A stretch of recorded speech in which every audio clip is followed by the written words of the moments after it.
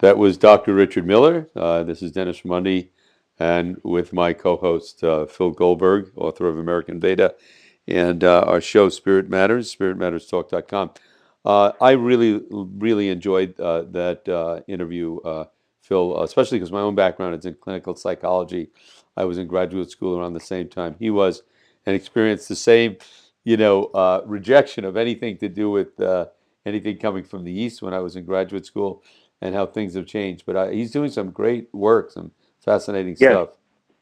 yeah, he is, and he has been doing it for a long time now, and so I'm sure a lot of the research has gotten sophisticated and probably published in reputable journals and so forth. I majored in psychology too, but I just got so disillusioned back in the '60s that I switched to sociology and left graduate school, Yeah. and never had the chance to do the integration Right. Well, that I Richard did. attempted it, and it was no. I mean, I was in a program that was very like Freudian, Yeah, psychoanalytical. They thought this stuff was from Mars, but what's happened is psychoanalysis has pretty much gone out the window. I don't know of anyone that does that anymore, and certainly it's there aren't many places where it's sort of the basis of their clinical approach. The other thing I think would be interesting is. I, I'm fascinated now by all the research and publications with all different types of people that he's been involved with, and I know many other types of meditation are being researched now and have been over the years. I wish there was some pooling of all the information, all the data, and the different groups, coordinated their efforts. We had somebody on from the Paul Mills as the director of research for the Chopra Center.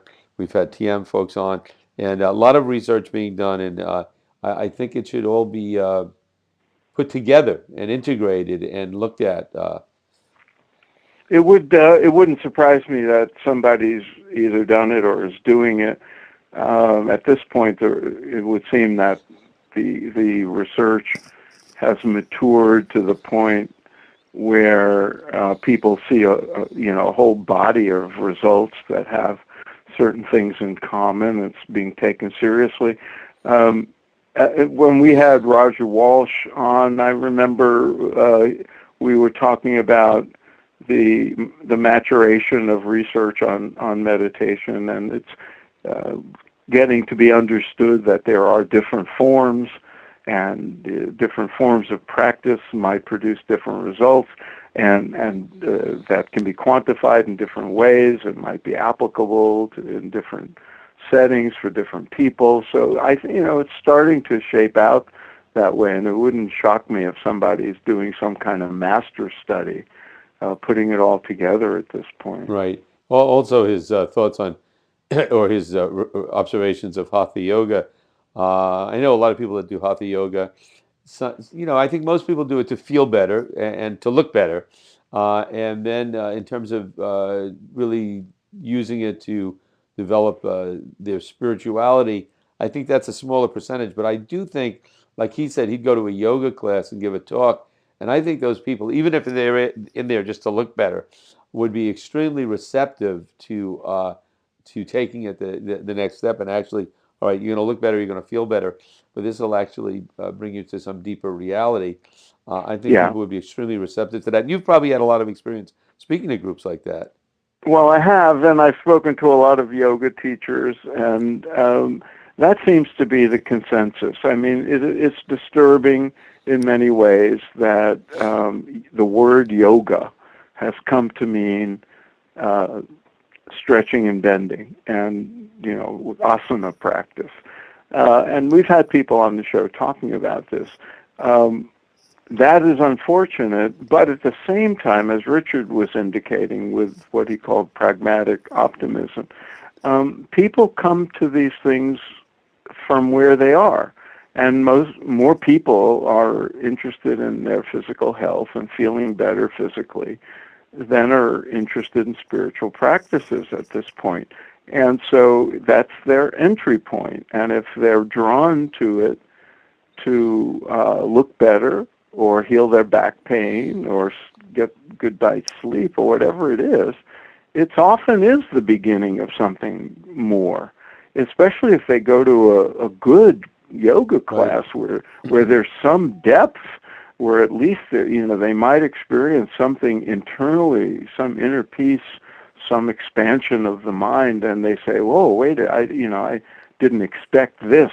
What else is there to this?" And if the teacher lets them know there's more, then it's an entry point, Right. and we shouldn't diminish that. Right, right. I mean, my experience in yoga classes I've taken at the end, they've almost always had some period where you had your eyes closed and settled into it, and that was always to me what was most charming.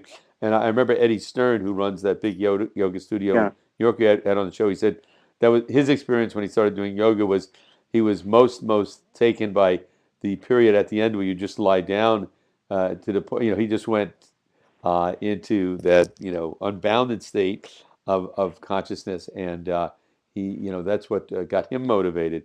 So I yeah. And think even Richard if they, said yeah, something similar. He went to an Integral Yoga Institute class. He said back in 1970 or 71, whatever it was, and it was during that meditation period after asana that he sort of had that life-changing experience. right. Also, Richard spoke about his as a result of his spiritual practice over years, different experiences he's had with sleep, and to me that was fascinating because I haven't heard many people speak on that, and I know it's a common experience among people who practice meditation to have that sort of what we might call witnessing of sleep or being aware the body's asleep, but there's still some awareness in the mind, and obviously, from what he said, some research has been done in that area, and that's something I personally will look up and I'd be curious to learn Yeah. more about. And it's interesting too because, as he said, yoga nidra, which is the central practice he's been using, uh, is associated with sleep. It's like done lying down, Hmm. and some it's in some applications meant to be done before sleep as a sleep aid, and one that would not only foster physical rest, but this shift of consciousness.